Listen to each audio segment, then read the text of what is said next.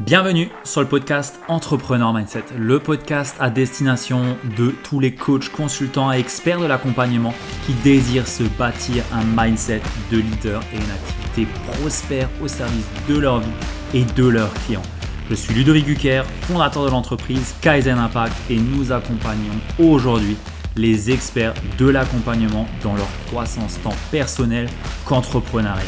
Et si aujourd'hui, tu es en quête de te bâtir une activité, une entreprise au service de ta vie et de tes clients, mais que tu ne veux pas choisir entre argent et inspiration, épanouissement et impact, succès et alignement et vie pro et vie perso, alors je t'invite de suite à réserver une session Kaizen Diagnostic qu'on t'offre aujourd'hui avec un membre de nos équipes pour voir comment est-ce qu'on peut te servir au mieux, quelles sont les prochaines étapes pour ton développement tant personnel qu'entrepreneurial.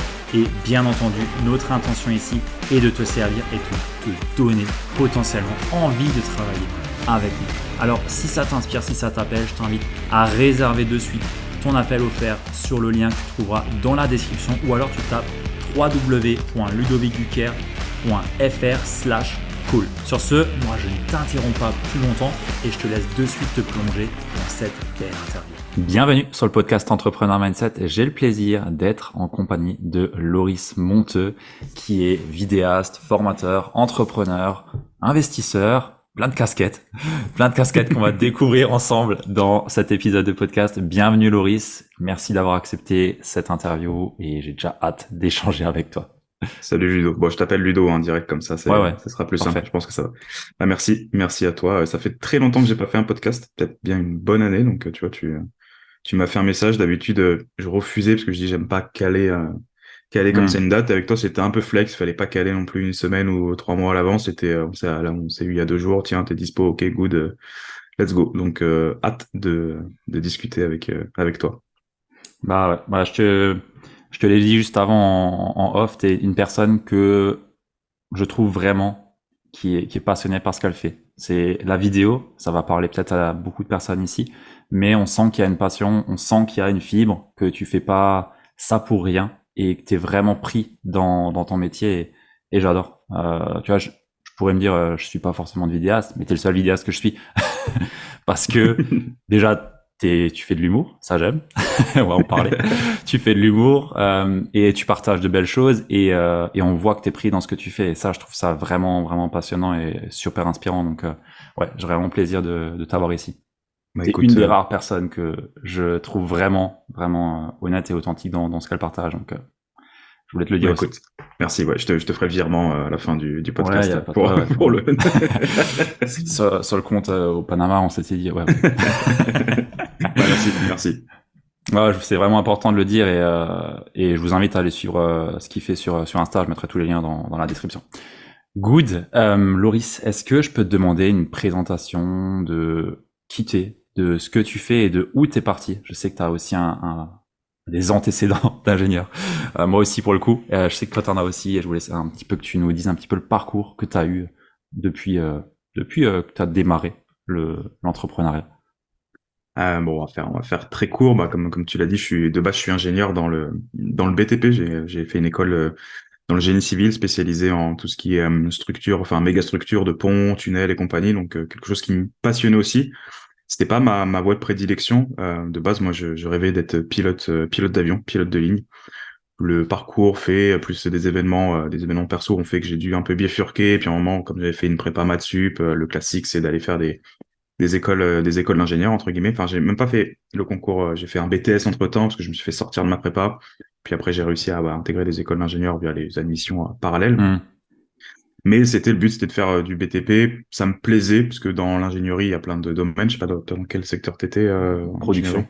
Production. Donc là, moi, c'était la construction me plaisait. Je trouvais ça intéressant de partir de plans papier et de sortir Hmm. quelque chose d'assez plutôt impressionnant, quoi. Et le but, c'était vraiment derrière de redevenir pilote de ligne. C'est-à-dire que je faisais mes études, j'avais un background. Pilote de ligne, c'est très compliqué parce que c'est un diplôme qui est très cher. Il faut compter entre 60 et 100 000 euros selon l'école.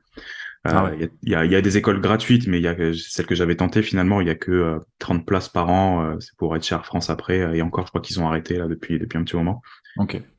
Et entre-temps, pendant mes études d'ingénieur, j'ai toujours aimé un peu entreprendre des projets. C'est c'est des trucs bêtes, mais j'étais au B2 de mon école. Du coup, par exemple, mon stage de mission à l'étranger, c'était plutôt que de le faire dans une entreprise et de faire la même chose que ce que je faisais, parce que j'étais en alternance pendant mon école d'ingénieur. J'avais eu des propositions, par exemple à Hong Kong, sur des chantiers de tunneliers, des choses comme ça. Je me suis dit, bon, c'est un peu ce que je fais, entre guillemets, déjà en France en alternance. Et comme on pouvait faire de l'humanitaire avec des potes, on a été monter un peu un projet humanitaire de rénovation d'école à Bali. Donc Ah, c'est de là. il y a maintenant 9-10 ans. Et puis là-bas, je me suis acheté ma GoPro. Je faisais des petites vidéos comme tout le monde avec la GoPro 2 de vacances. Je me suis acheté un ordi, j'ai commencé à faire du montage. Et puis j'aimais ça. Et puis j'adorais voyager. Et puis j'ai fait de plus en plus de montage. Puis j'ai commencé un peu à me faire connaître sur Insta sur ça, mais toujours en faisant mon diplôme d'ingénieur. Je faisais des vidéos des soirées, de mon BDE, un peu à droite à gauche. Et moi, ce qui me plaisait, donc j'ai vraiment été pris de passion. La vidéo, vraiment, c'est né en tant que passion. C'est pas né en tant que cool. C'est un business qui peut rapporter. Ça, je l'ai vu après, ou c'est venu à moi après.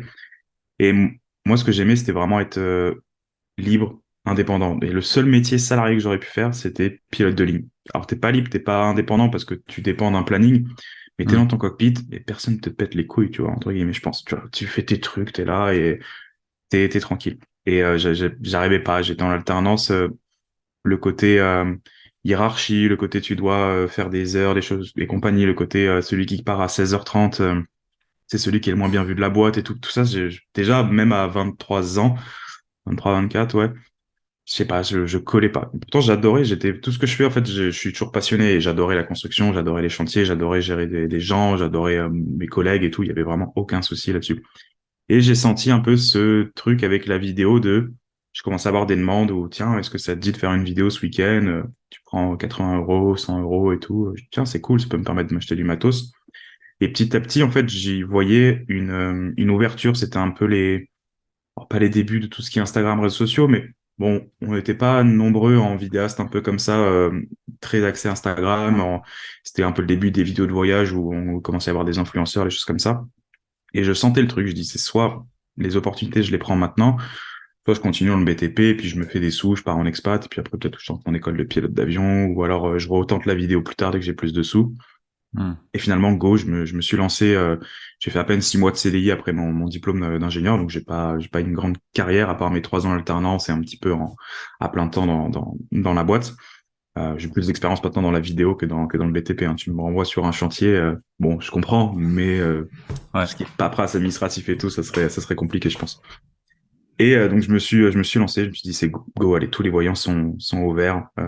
J'ai pas, comme je dis toujours, j'ai pas de crédit, j'ai pas d'enfant, j'en ai toujours pas.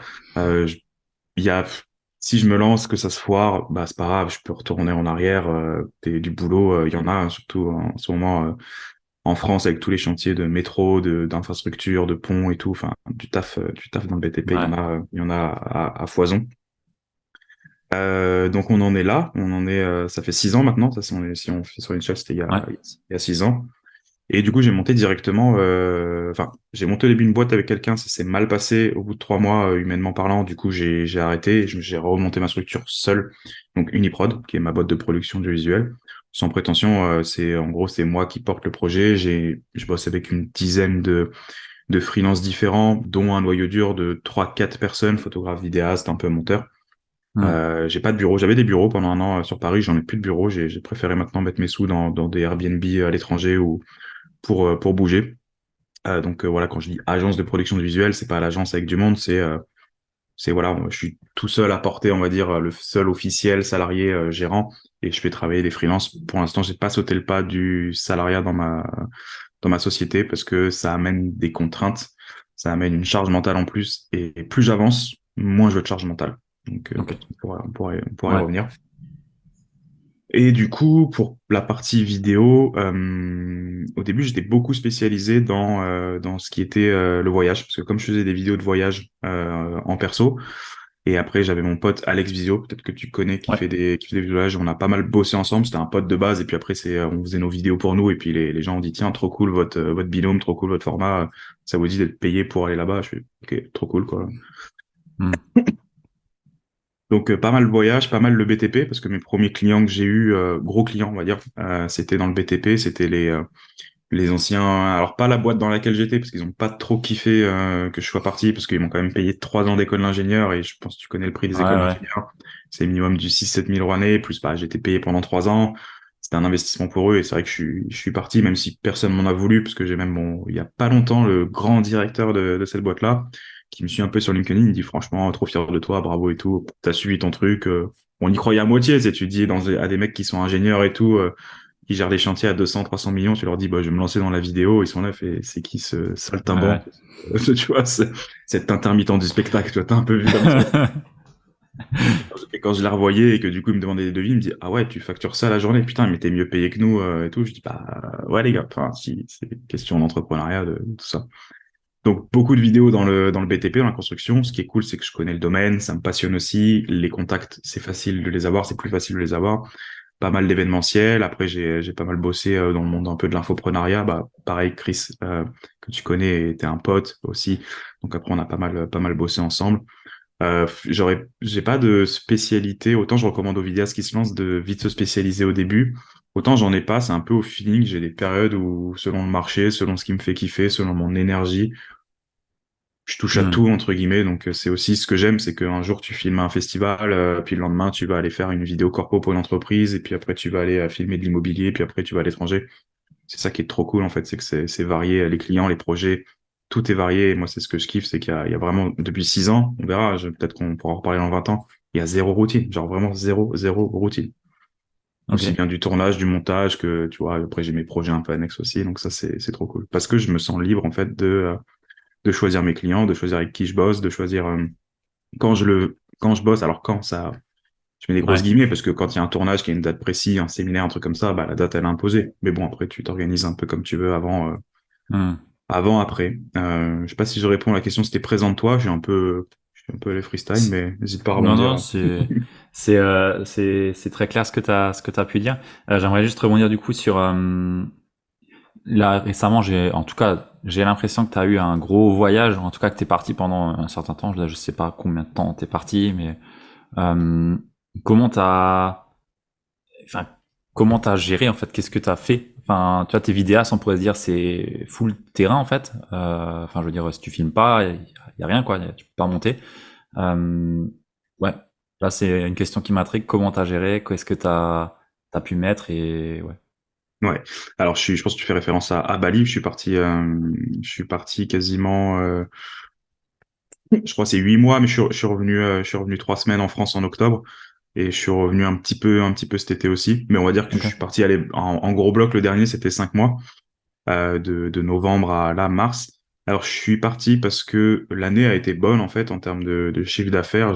J'ai essayé de stopper un peu le côté à pas du gain, faire toujours plus, parce qu'après, tu peux vite être dégoûté. J'avais besoin de prendre une pause. J'avais aussi l'opportunité d'investir à Bali. Quand j'avais été en avril, j'avais trouvé une petite affaire, un petit truc à rénover en bois traditionnel, donc j'y suis retourné cet été, je dis il faut que j'aille le faire parce que bah investir en IMO, bon j'imagine qu'on s'est croisé une soirée IMO que toi aussi ça te parle, donc je vais pas te convaincre sur le côté investissement IMO. Ouais. En plus Bali c'est vraiment ma destination de cœur depuis 10 ans, bah, tu l'as compris un peu au début de la présentation et j'y vais chaque année quasiment 1 ou 2 mois. Donc là j'y suis allé plus longtemps parce que j'ai envie de d'être là-bas pendant l'hiver, de profiter. J'ai eu une première opportunité d'investissement qui m'en a apporté une deuxième, donc j'y suis retourné. Et pour la partie travail, déjà, j'avais pas cette pression de me dire, il faut que je fasse du chiffre sur les 3 4 mois de l'année, parce que l'année, déjà, j'avais atteint mon objectif que je voulais pour me permettre de vivre, me permettre de mettre de côté sur ma boîte, d'investir à côté. Donc, si je faisais plus, c'était vraiment, tu fais plus. Et après, comme je suis pas, alors l'argent, on a besoin pour se faire des kiffs, mais je suis pas à me dire, il faut que je vise le million, il faut que je vise tout ça. Ça me suffisait, donc déjà, j'avais pas cette pression. Après, il y a Hmm. des clients réguliers. Les clients réguliers, il faut toujours honorer leur contrat parce que eux, ils partent pas à Bali avec moi, tu vois. Ouais. Donc du coup, là, j'ai ces fameux freelance, mes potes freelance qui bossent avec moi. Donc, je les appelle sur des tournages. Eux, ils y vont. Comme tout le long de l'année, je peux pas tout honorer. C'est vrai que on me l'a dit encore je crois, hier. Ils m'ont dit, mais on n'arrive pas trop à savoir si tu bosses ou pas. On a l'impression que t'es occupé, mais en fait, c'est vrai que je montre jamais rien. Alors que tes tournages, il y en a toutes les semaines, des choses comme ça. Il y a des choses que je peux pas montrer parce que c'est de l'interne, il y a des choses qui sont pas sexy. Donc, mais il y a toujours Hmm. un peu, voilà, de clients réguliers. Alors, bien sûr, ça, c'est moins intense. Alors déjà parce que la fin d'année, par expérience, au bout de 6 ans, comme moi, je fais beaucoup de tournages extérieurs, qu'il fait moins beau et tout, bah, c'est plus l'été qu'il y a du boulot. Finalement, c'est plus d'avril à fin octobre. Donc, Ok. il y a moins de boulot en fin d'année parce que déjà, les sociétés, elles ont épuisé leur budget communication. Donc ça, c'est un peu une tendance que j'ai prise sur les années. Je regarde un peu mes chiffres d'affaires mensuels. Sur 6 ans, tu arrives à faire une bonne moyenne. Je me suis dit, fin d'année, c'est toujours un peu... Enfin, c'est tout l'un ou l'autre, finalement. Tu Hmm. peux avoir des très bons contrats parce que des fois, il y a des boîtes qui veulent épuiser leur budget com qui leur reste pour pouvoir avoir le même l'année prochaine. Donc, Ouais, je connais. s'il leur manque 10 000 à dépenser, il faut qu'ils le dépensent, sinon ils l'auront pas l'année prochaine. On va leur dire, bah non, on va vous donner plus que 90 000 au lieu de 100 000. Donc, il y a ça aussi qui s'est déjà arrivé d'avoir des bons coups comme ça. Mais du coup, j'ai des amis qui sont vidéastes freelance avec moi, qui bossent avec moi tout au long de l'année, de confiance, donc je les envoie. Si c'est très bien vendu, montage, tournage, je délègue même le montage parce que je me concentrais sur autre chose quand j'étais à Bali, notamment l'investissement IMO et ma deuxième formation aussi, qui prend beaucoup de temps, tu connais, je pense. Hmm. Et, euh, et aussi, si c'est pas très bien vendu, enfin si c'est vendu normal, eux ils font le tournage et ils m'envoient les rushs et moi je fais le montage. Ça dépend aussi, j'ai besoin d'une petite injection dessous, mais généralement, je faisais un peu de montage et j'ai un peu de clients à Bali. Alors, j'en ai refusé un paquet, j'aurais pu en avoir plus, mais j'ai un peu deux, trois clients à Bali qui m'ont permis d'avoir deux, trois contrats comme ça. Mais au final, quand je suis rentré 3 semaines en octobre, je crois que j'ai fait 10 jours non-stop de tournage. J'ai pas arrêté. Ça m'a permis d'avoir du taf en montage, tranquille, à la cool, en faisant mes trucs à côté, pendant un mois et demi. Donc, c'est cool aussi, tu vois. Ok. Ce J'étais qui est pas rentré pour ça. intéressant. J'étais rentré parce que j'avais mon passeport qui était plein et je pouvais pas refaire Ah un mince. visa. Donc j'ai dû rentrer. Bon, j'en ai Ah profité merde. pour faire des tournages et tout, mais ouais, Ok. c'est pour voyager J'allais sur les dire trucs. le problème du mec Ouais, qui voyage trop là. Le passeport il ouais, est plein. Merde. je savais pas. Il faut une page vierge quand tu veux un visa. D'ailleurs, ceux qui écoutent ça, vous faites pas piéger parce que c'est un coup à quand tu pars sur plusieurs destinations. Pour les visas, pas pour les tampons. Mais il y a quelques pays où tu as besoin d'un visa et ils prennent plein de pages, quoi. Ah ouais. Ok. Bon bah c'est bon à savoir. Ce qui est intéressant et je pense que ça c'est un bon point. C'est t'es pas à la course au CA et t'es pas à la course à plus. Et ça je trouve que c'est une grande force qui n'est pas présente chez tout le monde. Moi le premier, tu vois, et c'est suffisant pour le souligner quoi. T'as toujours été comme ça ou Ouais. ouais. Ok. Alors après, peut-être que maintenant, quand tu débutes, t'es forcément à la course au CA parce que tu dis, OK, ma boîte, elle me coûte tant à l'année. Ça va vite, hein, le comptable, machin, tu dois t'acheter du matos régulièrement tous les ans, donc c'est un budget qui est en tête tous les ans. Les frais de déplacement, donc t'es obligé. Et puis si tu veux te verser un salaire, en plus, bah je sais pas si t'es en société ou en Ouais, je suis en auto-entreprise, SAS, ouais. ouais, bah Ça douille. tu te fais défoncer, quoi. Tu te fais défoncer, donc du coup, forcément, t'es un peu à la course à un minimum. Mais moi, mon palier, c'est 100 000 euros. Une fois que j'ai dépassé le 100 000, je me dis, bah je suis tranquille pour l'année. Après, il faut faire gaffe, parce que dans les 100 000, si j'ai que délégué tous les projets, peut-être que moi, j'ai pas fait beaucoup en propre. Ouais. Donc, dès que je passe 100 000, je me dis, c'est cool. Souvent, les 100 000, je les passe peut-être des fois les 3 ou 4 premiers mois. Là, en toute transparence, l'an dernier, je m'étais dit, cool, à juillet, c'est bon, j'ai fait mon chiffre et j'ai quasiment atteint les 200 000 finalement, même en étant à Bali, si tu veux, en dehors de Hmm. ce qui est formation et tout, tu vois. Donc, Ouais, ouais, je parle vraiment de la partie vraiment prod vidéo. Les ouais, formations, ça représente quasiment que dalle du chiffre, quoi. On est ouais, ouais. vraiment sur cette partie-là. Ok. Donc, Ah, c'est finalement, en intéressant. n'étant pas à la course aux chiffres, bah ça vient aussi, tu vois. Il y a aussi le fait que au bout de 6 ans, d'année en année, bah logiquement tout se passe bien, mes clients sont contents, il y a une bonne ambiance, donc ils restent s'ils ont toujours des besoins. Et il y a des nouveaux clients qui arrivent, donc plus les années avancent, plus je prends toujours l'exemple de l'arbre avec les ramifications, Hmm. plus j'arrive à sélectionner aussi les clients, mais donc c'est peut-être ça joue aussi à se dire je suis plus à la course au chiffre, quoi. Hmm. Et ouais, Ouais, c'est intéressant. tant que j'arrive à vivre, j'essaie d'avoir toujours un train de vie qui est vraiment largement inférieur à ce que je pourrais peut-être avoir. Je pourrais pas me payer de grosses bagnoles et tout, mais je pourrais plus claquer si je voulais. Mais je me dis, voilà, je mets de côté, j'investis à Bali, ça me permet de, je pense que t'as les mêmes réflexions de moi, et t'as eu la même réflexion que moi, c'est que, bah, si on attend la retraite, déjà, j'ai pas envie d'attendre la retraite pour avoir un truc. Et même si on se verse 2 ou 3 000 euros par mois, ce qui est un très bon salaire quand t'es à ton compte, bah, à la retraite, finalement, t'as rien, quoi. Et là, quand j'ai fait ça, j'ai fait, OK, en fait, il faut peut-être essayer de construire un peu à côté. Donc, c'est pas Hmm. la course aux chiffres, mais c'est plus à la course à la tranquillité, à la liberté un petit peu d'un côté, et la liberté de la charge mentale. C'est plus ça, moi, je suis plus à la recherche de la course à charge mentale réduite. Clients cool, qui prennent pas la tête sur les budgets, ou s'ils ont un petit budget, bah ils sont cool, ils sont pas relous. C'est plus la recherche de la tranquillité, quoi. Ok. C'est un peu Ouais, parole de vieux, mais y a pas de meilleure sensation que de se sentir libre et pas pas angoissé avec les clients, le taf. J'en ai déjà eu, hein, et ceux-là, je les sens maintenant dès le début. Non, je vais pas bosser avec toi. T'es relou dès le début. Je le dis Ouais. pas comme ça, mais ils le comprennent. J'envoie pas de devis en général. Je S'ils vois, écoutent, s'ils écoutent. je vois. Ah, c'est super intéressant ce que tu dis et ça ramène une bonne réflexion. C'est en fait pourquoi on fait ce qu'on fait. Ok, on a monté une boîte, mais dans quel but? Pourquoi on le fait? Dans ton cas, tu as l'air d'avoir trouvé ce qui toi est le plus pertinent par rapport à ce que toi tu souhaites faire. Tu as des projets à Bali. Enfin, voilà, tu fais vivre des gens à côté. Enfin, il y a pas juste l'IMO et t'as investi. Enfin, sinon tu aurais investi peut-être ailleurs. Je pense il y a peut-être plus rentable que. Enfin, après, j'en sais rien. Je connais pas les rentes là-bas, mais C'est là-bas que c'est très rentable. ouais. Ok. Ah oui, oui, ouais. Le Ok. problème, c'est t'as pas de crédit, quoi. Donc, Ouais, tu le fais en direct. Mais bon, après, ouais. tu payes pas non plus 300 000 euros. Enfin, j'en sais rien, mais T'as tout, ouais, non, c'est un ouais, jour en bois, c'est pas 300 000 euros, non. ouais, voilà, ouais. Ouais. Ok. Mais ce qui est intéressant, c'est que tu arrives quand même à dégager une activité lucrative et à partir voyager 5 6 mois et en fait, tu as designé ce qui toi te correspond. Et Hmm. et souvent, tu vois, enfin ce que moi je rencontre avec les personnes que je peux accompagner, c'est ils ont un modèle et le modèle, je prends un exemple, c'est Chris.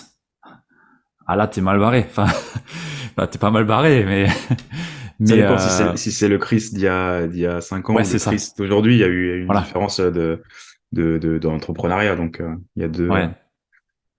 Mais c'est directement se comparer à des modèles et à des personnes qu'on peut mettre sur un piédestal et qui Hmm. sont à l'échelle 10 et nous on est à l'échelle 1 en fait. Hmm. Et je pense que toi dans ton monde, tu as aussi des crises dans la vidéo ou dans la production et tu t'es pas mis à cette échelle-là ou en tout cas tu l'as pas visé, tu t'es mis à l'échelle qui toi te correspond. Et Ouais, parce que ça me donne pas envie à l'instant T. Je dis pas que ça se trouve dans 10 ans, je serai plus posé, plus trop envie de bouger. Bah, je serais content peut-être de construire un truc où il restera quelque chose, mais je trouve que c'est pour l'avoir testé un peu, les bureaux, un peu plus de monde et tout, un peu plus de clients en délégation et tout. En fait, il faut vite se structurer, il y a vite de l'humain qui rentre en jeu. Et l'humain, ça peut être incroyable, j'adore l'humain, j'adore les relations humaines, mais ça peut vite être des coups par derrière, une mauvaise entente, une mauvaise compréhension, une mauvaise communication. En fait, c'est direct de l'énergie. Et je retombais un peu dans le métier que je faisais avant où je gérais 35 personnes à différents niveaux, différents états d'esprit. Je me rappellerai toujours quelqu'un avec qui je travaillais en freelance qui me disait tu peux pas partir 2 mois à Bali et développer ta boîte. Et je dis pourquoi? Si je pars là-bas, peut-être que j'ai pas envie de la développer là-bas, j'ai envie peut-être d'être tranquille et tout. À partir de là, je me suis dit en fait les gens n'ont pas le même rapport avec toi, donc c'est-à-dire qu'il faut construire une équipe à 100% alignée avec ce que tu as envie, ce que tu fais. Exemple typique, il y a eu le Covid, j'étais content de pas avoir de salarié à ce moment-là. Bon, ouais. quoique ça, j'ai pas eu de baisse avec le Covid finalement, mais je prends des exemples. Bah, tu vois, là, je pars à Bali, je suis pas en train de me dire, je suis en train de me stresser, à me dire, il faut absolument qu'il y ait tant de chiffres parce qu'en fait, il y a tant de personnes à payer et puis il y a tout un tas de clients à gérer. Des fois, pendant une semaine, j'avais pas zéro mail, mais il y avait zéro rendu à faire quand j'étais fin décembre à Bali. J'étais trop content. Je dis, ah, bah, je vais pas me concentrer sur ça. Et Hmm. j'en reviens, c'est vraiment la charge mentale. Mais on peut très bien avoir une charge mentale basse. Je prends l'exemple de Chris, que je connais très bien comment il fonctionne. Lui, sa charge mentale, bon, elle est plus élevée forcément parce qu'il y a plusieurs sociétés, plusieurs personnes en jeu. Mais il arrive tellement à déléguer, à bien construire son truc, que finalement, il arrive à se faire des journées avec un lifestyle toujours de ouf, où il fait pas non plus du 5 heures 23 heures. Donc, c'est aussi possible. Mais bon, ça met du temps à construire. Et puis, Ouais. c'est une machine qu'une fois elle est lancée, c'est très dur de revenir en arrière, ou s'il y a une baisse, c'est très dur de déstructurer. Hmm. Alors, je sais pas si Ouais, c'est de la ça. peur de ma part, ou c'est pas de la peur, parce que je sais pertinemment qu'en se mettant à fond dans ça, je pourrais créer cette fameuse agence qui peut aller taper le million de chiffre d'affaires. Je vois le marché de la vidéo et tout, c'est pas que c'est pas compliqué, mais c'est faisable. Ouais. Mais je me projette et ça me fait pas rêver, quoi. Non, c'est bien, c'est tu t'écoutes et on voit que tu as une Mm. bonne connaissance de toi et que tu te voiles pas la face. Et ça, c'est ce qu'on ressent même dans ce que tu fais. Tu vois, dans les contenus que tu peux partager, ça se ressent ça. Il y a ce truc-là où on voit que tu joues pas à un jeu et que enfin, tu fais juste ce que toi t'as envie. Et ça c'est vraiment cool. C'est un bon point, un très bon point. Mm. Franchement, Merci. chapeau. Euh, Justement, tu parlais du marché de la vidéo. C'est quoi toi un peu ce que tu vois de façon générale pour les entrepreneurs qui se lancent, pas forcément qui veulent devenir filmmaker ou vidéaste ou je sais pas comment on dit, mais entrepreneur du web de façon générale. Pour toi, la vidéo ici, c'est quoi sa place? C'est quoi un peu la tendance que toi tu peux voir, observer? La tendance, je pense que tout le monde qui a un téléphone l'observe, ça va être les contenus très courts. Ouais. Je me rappelle à l'époque, quand on faisait des vidéos, il y avait des clients qui nous demandaient des formats 5 minutes, 10 minutes. Ils avaient l'impression que plus ils avaient des minutes sur le line de montage, plus ils étaient gagnants. Donc, déjà à l'époque, je leur disais non, c'est trop long, les trucs de 10 minutes de présentation d'entreprise. Aujourd'hui, c'est vraiment le contenu court parce qu'on consomme court, hein. Je pense toi aussi, on scroll et tout, il faut que ça soit des contenus sur 30 secondes. Donc la tendance, c'est on appelle les snack content, hein, c'est Ouais. les contenus bah, verticalisés aussi, donc très courts. Ça, j'ai quasiment, c'est très rare maintenant que je sorte des formats horizontaux, sauf des trucs style web série, machin, contenu un peu site web. Donc la tendance, c'est ça, les contenus courts, impactants. Après, ça va vraiment dépendre des entreprises, hein, et si on prend le monde de l'infoprenariat, par exemple, bah c'est ça, c'est des contenus courts, limite face cam, la personne elle parle, tu mets du sous-titrage et Hmm. basta quoi. Ouais. Et ça marche très bien. Et du coup, ce qui est cool, c'est que c'est des contenus finalement qui sont beaucoup plus faciles à produire. Donc j'ai envie de dire n'importe qui pourrait, alors là on va partir de l'autre côté, pourrait être vidéaste et vendre du contenu vidéo, parce que c'est des choses qui sont pas équipées un minimum, quelques compétences de base en montage et en tournage, et c'est go quoi. On peut facturer, alors on peut pas facturer des sommes énormes parce que ça demande pas non plus énormément de matériel. Si tu factures 1 000 € la journée à un mec et tu lui dis je vais poser ma caméra et je vais te filmer et je vais faire du sous-titrage derrière, ça dépend du client, mais ça risque de pas passer quoi. Ouais, ça Que, peut être euh, chaud. Ouais. que voilà, facturer 1 000 € la journée avec une prestation où il y a un peu de la réalisation, il y a de la recherche, il y a du terrain, c'est un peu style mini-documentaire et tout, c'est large quoi. C'est même le prix bas quoi.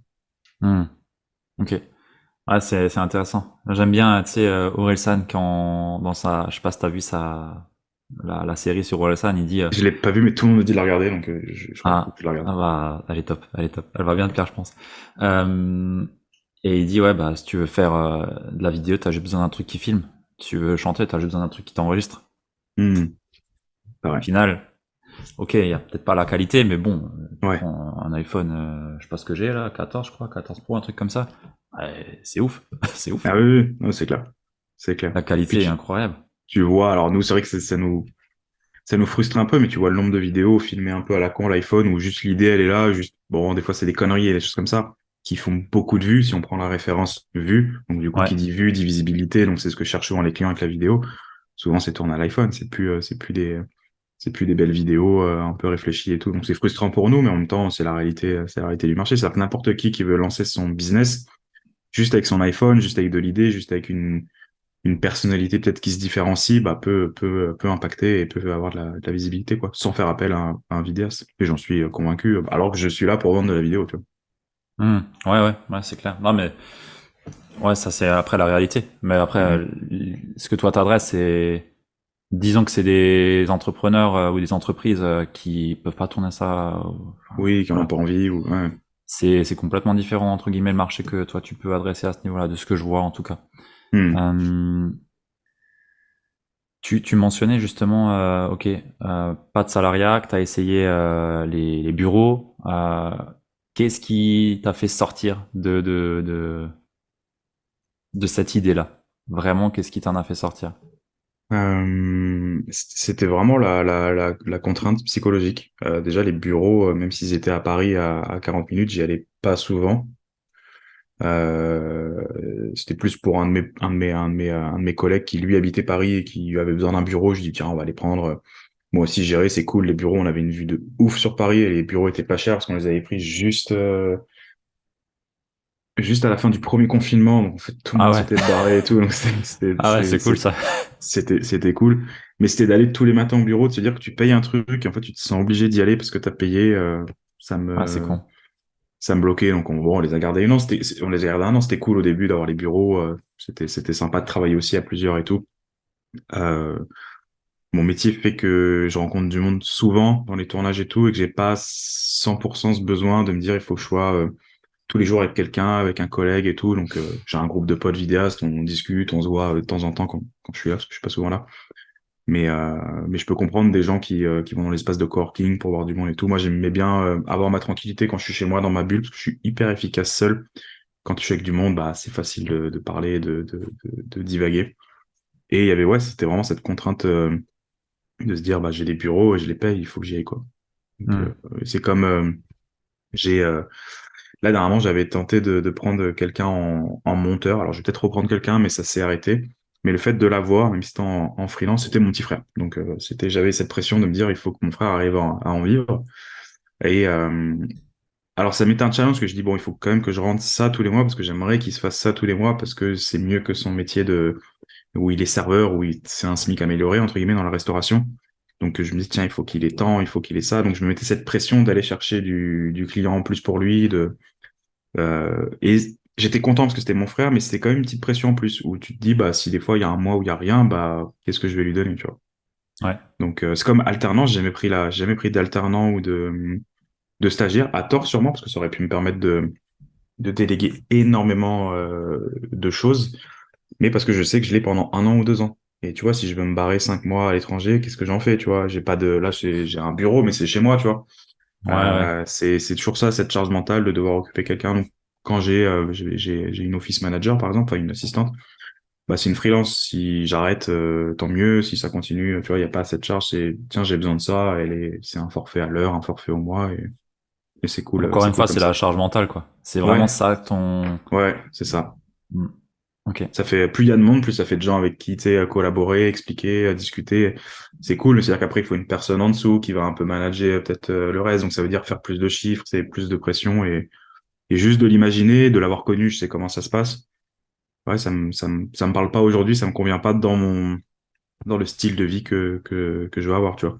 Là, Ouais. je projette peut-être, il faut voir, d'aller au Népal, de retourner au Népal un mois et de faire un trek en altitude, c'est-à-dire pas de connexion, rien, pas d'ordinateur, bah, tu vois, je sais que voilà, je vais mettre off et puis il y a pas de stress sur à qui faire des messages. Ça pourrait très bien se gérer en ayant une équipe, hein. Je pourrais dire, écoutez, là, pendant 3 semaines, off et compagnie, pas de taf, rien et tout, mais tu vois, c'est vrai que direct d'y Hmm. penser, je me dis, relou, tu sais, je repense au message, tu peux pas développer ta boîte si t'es à l'étranger ou à Bali, Oui. voilà. Ah, tu vois, c'est une réflexion que je me fais aussi. Là, on prévoit de partir un peu plus de 3 semaines au Japon en fin octobre. Et, euh, et je me dis, mais moi, je fais que du coaching individuel. Ça veut dire quoi? Ça veut dire que pendant 3 semaines et demie, ils peuvent plus me voir ou il y a plus rien. C'est pas possible pour eux. Enfin, ça marche pas. Hmm, Et du coup, la réflexion est déjà là à se dire, le business model, c'est cool, mais il me ouais. bloque un peu là. Il me limite un peu. Ouais, après, tu peux faire ça Voilà. un peu l'après-midi, mais tu seras pas à 100% sur ton voyage, quoi. Ou tu pourras pas prendre tout le monde. Ouais, ouais, Ça c'est dépend le ça. nombre Et de même, coaching que t'as. c'est un voyage où j'ai vraiment envie de déconnecter. Vraiment, Ouais. c'est mon voyage de rêve. Ça, c'est, je veux vraiment profiter et pas avoir la tête un minimum avec les clients. Ça me dérange un peu. Donc, tu vois, c'est la réflexion que je me fais en ce moment. Et ouais. Bon, en Bon, tout après, cas, les clients que t'as, je pense que c'est des clients qui sont déjà un peu assez ouverts oui, oui, à ce lifestyle-là, parce il y a un lifestyle qui te ressemble. Je pense qu'à mon avis, si tu ouais, dis ouais. pendant 2 semaines, il n'y a rien, tu mets bouchée double avant et bouchée double après, et je pense que Ça ça peut se passerait. faire. Mais ouais, tu vois, c'est pareil, c'est toujours, et encore, toi, ça va, tu pourrais te dire, je peux aller à l'étranger et le faire depuis là-bas, tu Oui, vois, je genre, pourrais. si tu Ouais. restes longtemps et tout, c'est quand même le côté cool, quoi. Oui, c'est Et, vrai. bou- Toi, faut que tu filmes. et boulanger, Enfin, ouais, et bon, j'ai cette partie montage qui peut se faire un oui. peu, ouais, il y a la partie où tu filmes, ouais. Ouais. C'est la Ouais, ouais. seule contrainte, ouais. T'as réussi à gérer en déléguant à une personne qui le Ouais, fait à ta place et après elle t'envoie les rushs et j'ai jamais eu de soucis là-dessus, ni ouais. jamais eu de soucis en déléguant de clients qui étaient pas contents. Alors ils sont toujours un peu sceptiques au début, en Ouais, disant c'est ah ouais pas mais nous toi. c'est toi, mais finalement ça se passe super bien parce que c'est des mecs qui sont ultra cool, ultra compétents, mais y a pas de Euh, soucis. Sur ça, j'ai un point qui peut être intéressant aussi, c'est t'as Uniprod, mais les gens ils achètent. Enfin, comment t'as développé la boîte? Est-ce que c'était sous Loris Monteux? Est-ce que c'était sous Uniprod? Tu vois, le truc personal branding ou brand de marque, c'est quoi un peu la stratégie que toi t'as mis en place? Loris Monteux. Ok. Uniprod, c'était juste quand je me suis lancé, tu cherches un nom, Ouais. tu fais une structure. Ça rassure certains clients aussi, parce que tu as des clients qui viennent un peu, c'est des grosses boîtes et tout. Style des Vinci Auto, des choses comme ça. Même si le premier lien conducteur reste Loris Monteux, Ça peut rassurer sur le côté, on peut donner plus de taf, un volume plus conséquent, mais souvent, ouais, 90%, c'est parce que c'est pour le responsable, des gens qui me contactent sur Instagram, sur LinkedIn, parce que souvent, bah, tu l'as dit un peu au début, putain, t'as l'air cool, tu fais du bon taf, t'es passionné, Mm. dans notre boîte, on a besoin de ça, est-ce que ça t'intéresse, tu vois? Ils disent pas, ils font pas un message, bonjour, assistant de Uniprod, on voudrait contacter, tu vois. Mais d'avoir un Mm. peu plus parlé que j'avais une équipe, des freelances, ça m'a permis de bah déjà de débloquer certains clients sur le fait que des fois moi je peux pas tout faire. Ouais. Euh, Aussi ça a permis de ouais de dire que j'étais une structure sérieuse et qu'il y avait alors je me suis jamais je pense pas je me suis jamais vanté en mode grosse boîte machin et tout, j'ai toujours montré vraiment la réalité, hein. Pourtant c'est facile de faire des stories à Dubaï ou ailleurs pour montrer que tu pars une grosse structure, les gens y croiraient, je suis sûr en plus. Ah oui, Mais oui. j'ai toujours montré ce côté-là où j'ai des potes freelance, je gère mon truc, petite équipe à la cool, plutôt collectif que grosse boîte de prod.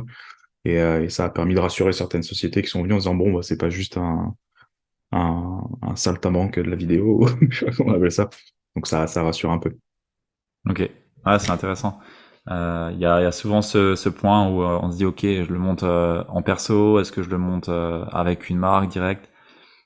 Mais ouais, c'est un bon point. C'est un bon point. Quelles sont les deux grosses prises de conscience que tu as pu avoir sur les dernières années en tant qu'entrepreneur? Vraiment les gros déclics où tu t'es dit ok, là j'ai compris quelque chose et ça m'a fait shifter d'un point de vue identitaire.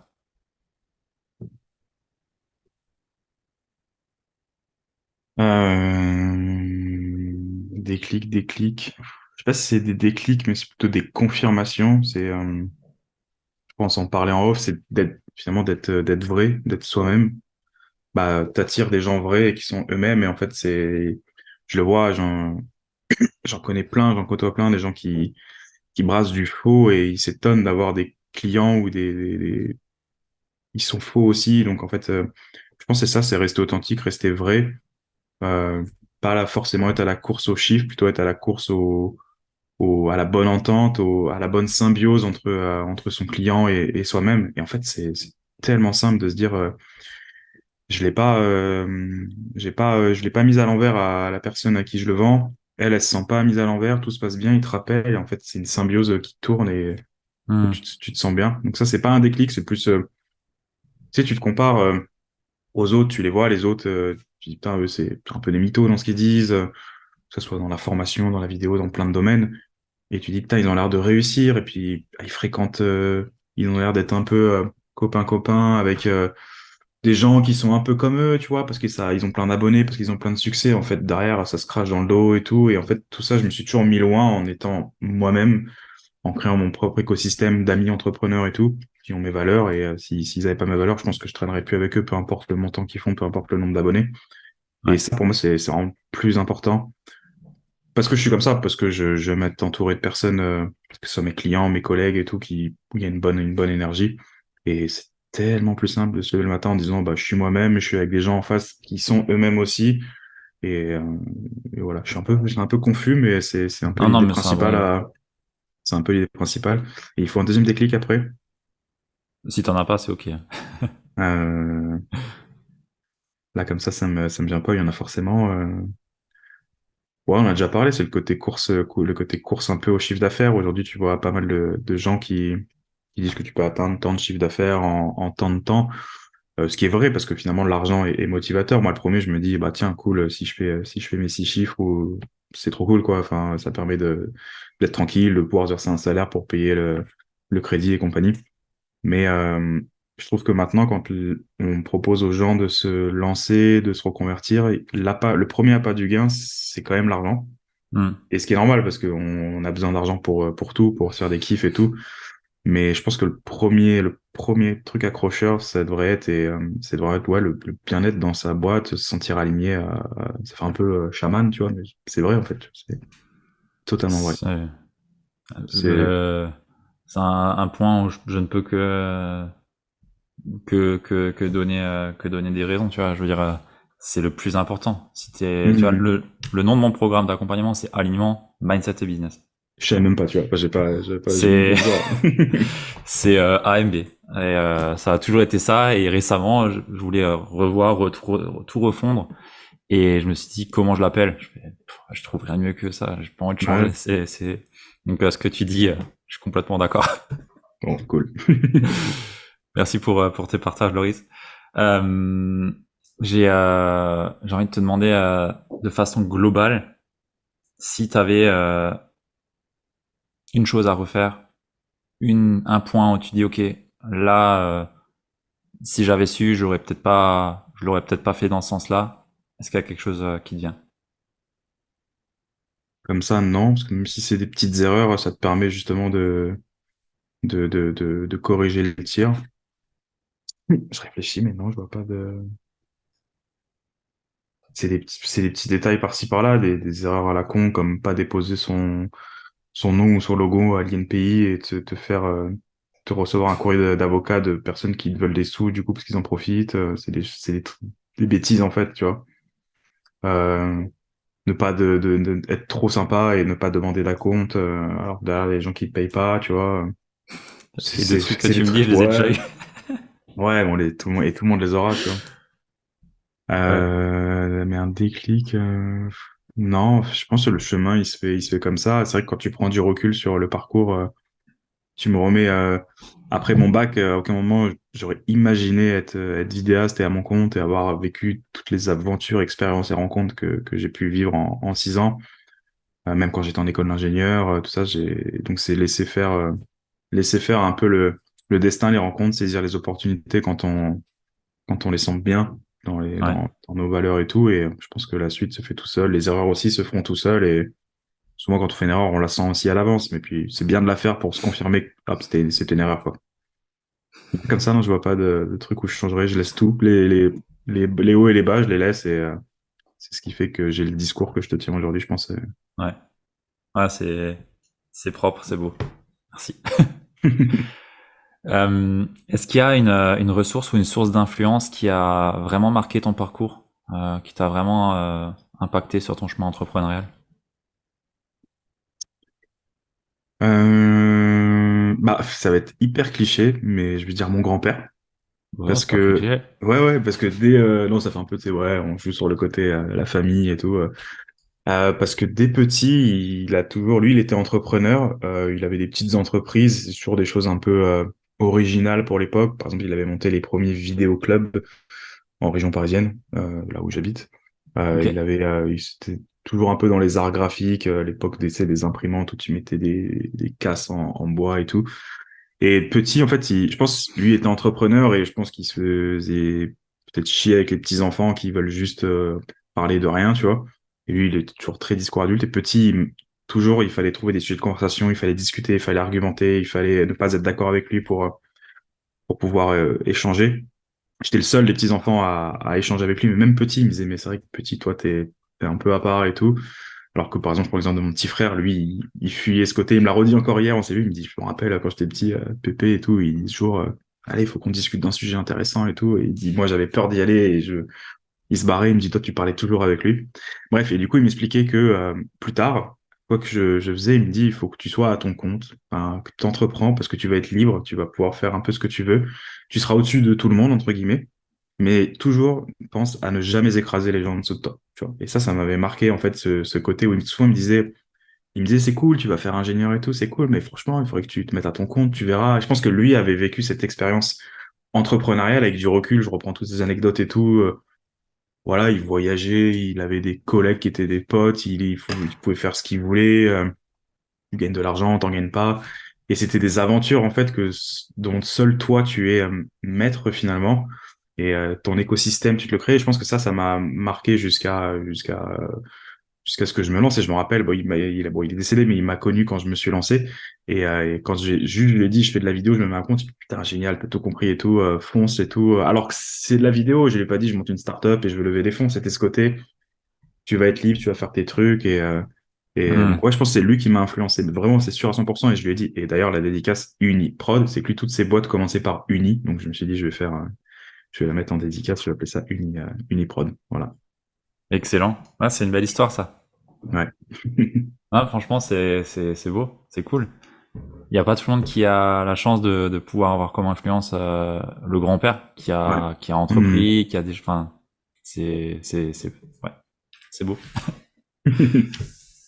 Euh, j'ai envie de te demander quel est le meilleur investissement que tu as pu faire, mais à moins de 100 euros. À moins de 100 euros. Moins de 100 euros, le meilleur investissement que j'ai pu faire. Je vais trouver. Au pire, pose une autre question. Mais à moins de 100 euros. Combien a coûté la GoPro 2 à l'époque? Non, à plus de J'allais 100 euros. dire, C'était au moins ça 300 c'est euros. plus que ça, ouais. Ouais, ouais, ouais. Aujourd'hui, elle en vaut rien. Elle est là, je la vois là. Non, c'est la 3. Elle est au musée. À moins de 100 euros, le meilleur investissement. En fait, là, je cherche dans le matériel, mais il faut pas que je cherche dans le matériel. Parce qu'il n'y a rien qui coûte moins de 100 euros dans le matériel, à part un filtre de caméra.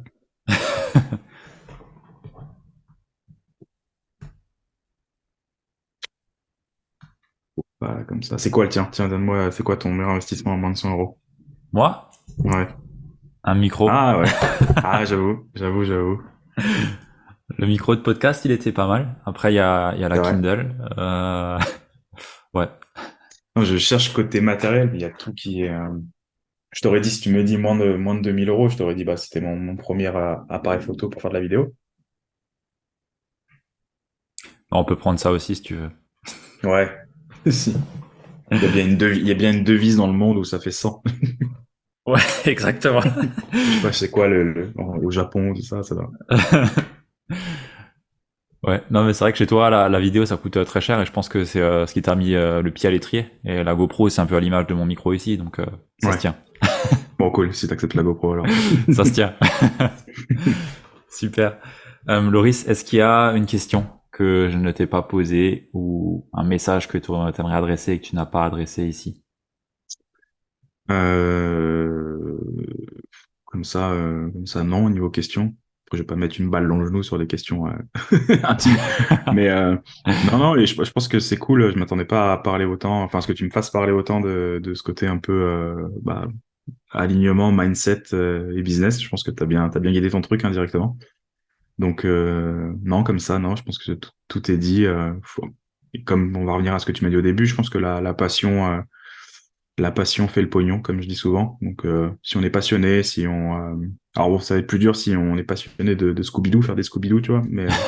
Mais bon, quoique, encore une fois, si t'es le meilleur, t'es passionné et tout, ça se ressent. Et moi, un mec qui est passionné de Scooby-Doo, bah, j'aurais envie de lui acheter son Scooby-Doo. Donc, je pense que c'est Ouais. ça, en fait. Quand il y a une personne qui est passionnée, bah, ça donne envie d'aller échanger avec elle. Et moi, j'adore les gens passionnés, donc, Et tiens, c'est intéressant. J'avais un gars quand je travaillais encore, il disait qu'il était passionné de mécanique auto. Le gars, il réparait, il faisait des trucs de dingue sur les voitures. Et je lui dis, mais pourquoi tu te mets pas à ton compte? Et il m'a dit, bah, c'est ma passion, mais si on me met un planning à ma passion, ça devient plus une passion. ouais, ouais, c'est vrai. Et elle m'a toujours fait réfléchir cette phrase. C'est vrai.